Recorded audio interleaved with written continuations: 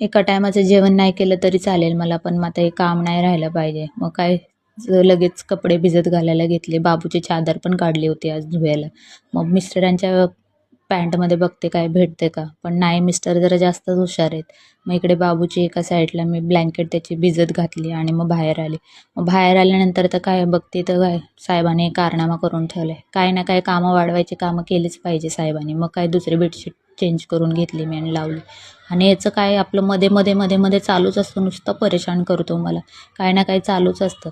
आणि जसं मी केलं तसंच याला करायला पाहिजे. मग इथे पोछा पण मारून घेतला मी तसा तसा. आणि हे साहेब ना तोंडात बोटं घालवत होते. स्वतःहूनच येऊन बोलला, "मम्मा माझे नखं वाढलेत, माझे नखं काढ."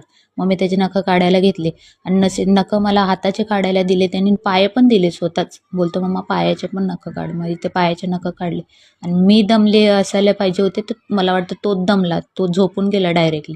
मग काय दुसऱ्याकडे मग कपडे वाळत घालायला घेतले मी. त्याचे ब्लँकेट चांगले जरा जास्त करकर पिळून मग वाळू घातले इकडे. आणि या साहेबाचे एवढे जास्त कपडे पडायला लागलेत ना आजकाल, कपड्याचे पण नाटकं चालू आहेत. मला हे घालायचं नाही, मला ते घालायचं नाही. आजकाल तर पॅन्टच घालायला लागतो जास्त. मला पॅन्टच घालायचे. मग काय इकडे कपडे वाळून घेतले आणि मग दुसरीकडे गेले मी आंघोळीला कपडे काढले आणि तोपर्यंत त्याला टी व्ही लावून दिली. मग तो टी व्ही बघत होता. म्हटलं पटकन आपली आंघोळ आवरून घेतली पाहिजे. मग इकडे मी आंघोळ करून आली. आंघोळ करून आल्यानंतर मग थोडंसं तोंडाला ॲलोवेरा जेल लावला आणि आजचा दिवस आमचा असा गेला. आणि साहेब तिकडे खात होते काहीतरी.